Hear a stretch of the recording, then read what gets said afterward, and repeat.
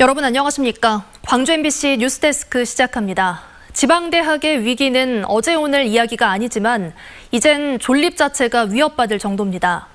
고등교육 정책을 전면 재설계해야 한다는 목소리가 커지고 있는 이유기도 합니다. 한신구 기자의 보도입니다. 지난 10년간 지역대학 입학생은 광주가 5,000명, 전남이 6,800명 줄었습니다. 각각 15%와 27% 줄어든 것인데 학력 인구가 줄면서 올해부터는 감소 추세가 더 가팔라지고 있습니다. 같은 기간 지역대학 재적생 수도 광주가 11,000명, 전남이 21,000명 이상 줄었습니다. 등록금 의존도가 높은 사립대학들은 이제는 사활을 걱정해야 하는 처지가 됐고 재정 한계로 인한 허리띠 졸라매기로 교육의 질 하락은 불가피합니다. 문제는 이런 대학, 특히 지방대학의 위기는 오래전부터 예견됐는데도 정부와 대학 모두 안이하게 대처해 왔다는 겁니다. 고등교육의 재정 확충은 전혀 이루어지지 않았습니다. 그리고 고등교육에 대한 혁신적인 정책 하나 내놓지 못했습니다. 최근 들어 학과 통폐합이나 인근 대학과의 통합 논의가 시작되고 있지만 학교, 학과, 교수 사이의 이해 충돌로 뚜렷한 결실로 이어지지는 않고 있습니다. 더욱이 우리나라의 대학 진학률은 세계 최고 수준인 90% 이상으로 고등교육이 아닌 필수 교육으로 자리 잡았습니다. 늦었지만 고등교육 정책에 전면 전환이 필요한 이유입니다. 산업 패러다임이 지금 바뀌고 있잖아요. 여러 가지 콘텐츠들도 바뀌고 있잖아요. 여기에 이제 맞는 교육을 해야 된다는 것입니다. 근데 지금까지 우리 정부의 그 교육 정책이라고 하는 것이 구시대의 패러다임에서 벗어나지 못하고 있다는 거죠. 학력 인구 감소 추세에 맞춰 전국 대학의 일률적인 정원 감축과 함께 이에 따른 재정적 뒷받침도 선결 요건으로 꼽힙니다. 한편 교육부는 최근 전국 18개 대학을 재정 지원 대상에서 제외하고 오는 10월에는 한 개 대학에 대한 기준을 내놓기로 하는 등 구조조정의 신호탄을 쏘아 올리고 있습니다. MBC 뉴스 한신구입니다. 80년 5월 계엄군 작전에 투입돼 5.18 시민군을 안매장했다고 고백하고 용서를 구했던 신순영 전 소령이 오늘 5.18 민주묘지를 참배했습니다. 5월 단체도 신전 소령과 손을 맞잡고 용서와 치유의 시간을 가졌습니다. 보도에 이다현 기자입니다. 1980년 당시 제3공수여단 11대대 소속 지역대장이었던 신순용 전 소령이 처음으로 5.18 민주묘역을 참배했습니다. 5월 영령 앞에 무릎을 꿇고 41년간 묵혀온 사죄의 말을 전했습니다. 신 씨가 소속됐던 제3공수여단은 1980년 5월 19일 서울에서 광주로 온 이후 광주교도소 등 고립작전에 투입됐습니다. 광주교도소에 두둔하며 시민군을 사살했다는 신 씨는 광주교도소 발포로 숨진 고 서만호, 고규석 씨의 묘비에 찾아가 고개 숙이고 용서를 구했습니다. 제가 죄인입니다. 제가 진짜 죄인입니다. 용서하십시오. 신 씨는 지난 2017년 1980년 5월 당시 시민군 진압작전에 투입됐다며 스스로 양심 고백에 나섰는데 이 과정에서 3명의 시민군을 안매장했다고 증언하기도 했습니다. 자기 그 집권을 해서 광주 시민의 많은 무고한 생명을 앗아갔다는 데 대해서는 누가 말하기도 별명할 여지가 없다고 생각합니다. 또 그때 참가한 주의관으로서 진실하게 부끄럽고 죄송스러운 마음뿐입니다. 늦었지만 진심 어린 신 씨의 사죄에 5.18 유족회는 용서와 치유의 말로 화답했습니다. 우리 선생님이 같이 이렇게 용기를 내서 감사드려요. 그리고 또 역시 우리 선생님도 40년 얼마나 트라우마에 시달렸겠습니까? 가해자들의 이 같은 양심 고백은 드문드문 계속 이어지고 있습니다. 지난 3월에는 진압작전에 참여했던 한 계엄군 공수부대원이 희생자인 고 박병현 씨의 유가족들을 직접 만나 용서를 빌었습니다. 5.18 진상규명조사위원회를 통해 피해자들에게 사죄의 뜻을 밝힌 가해자도 2명 추가로 확인된 상태입니다. 진실 토로하고 용서를 받고 싶다라고 하는 것은 현재 두 사건이 있다. 그건 11공수다라고까지만 말씀을 드리고 5월 단체는 유가족들도 양심 고백을 받아들일 준비가 됐다며 더 많은 가해자들이 나서서 진상규명에 참여해주길 바라고 있습니다. MBC 뉴스 이다현입니다. 5.18 유공자 예우에 관한 법률과 5.18 보상법 개정안이 국회 본회의를 통과했습니다. 5.18 유공자 예우법 개정안은 5.18 희생자의 형제 자매들이 공법단체 회원이 될 수 있는 근거 조항을 담고 있습니다.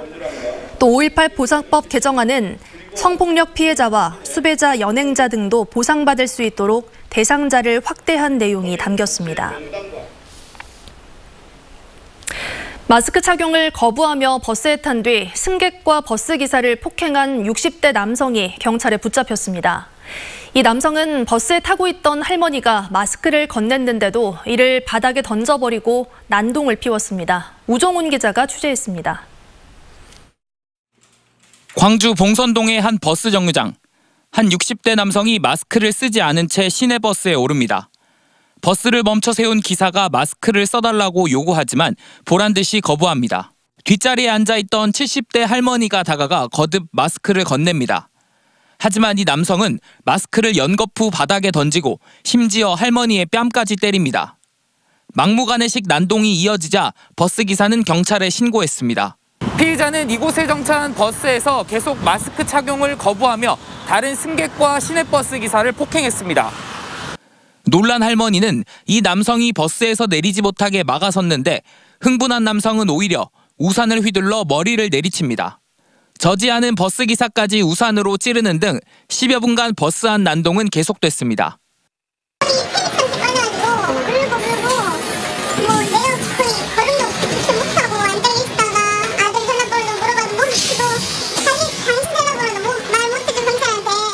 목격자들은 이 남성에게서 술 냄새가 났다고 말합니다.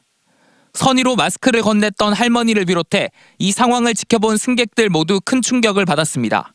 저한테 이런 일이 벌어지더라고 생각도 못했고요. 좀 자괴감이 들죠. 선의에서 마스크를 주신 그 여성 승객분이 그분이 더 육체적으로나 정신적으로 충격을 더 많이 받았지 않겠느냐. 경찰은 이 60대 남성을 현행범으로 체포해 불구속 입건하고 정확한 폭행 이유 등을 조사하고 있습니다. MBC 뉴스 우종훈입니다.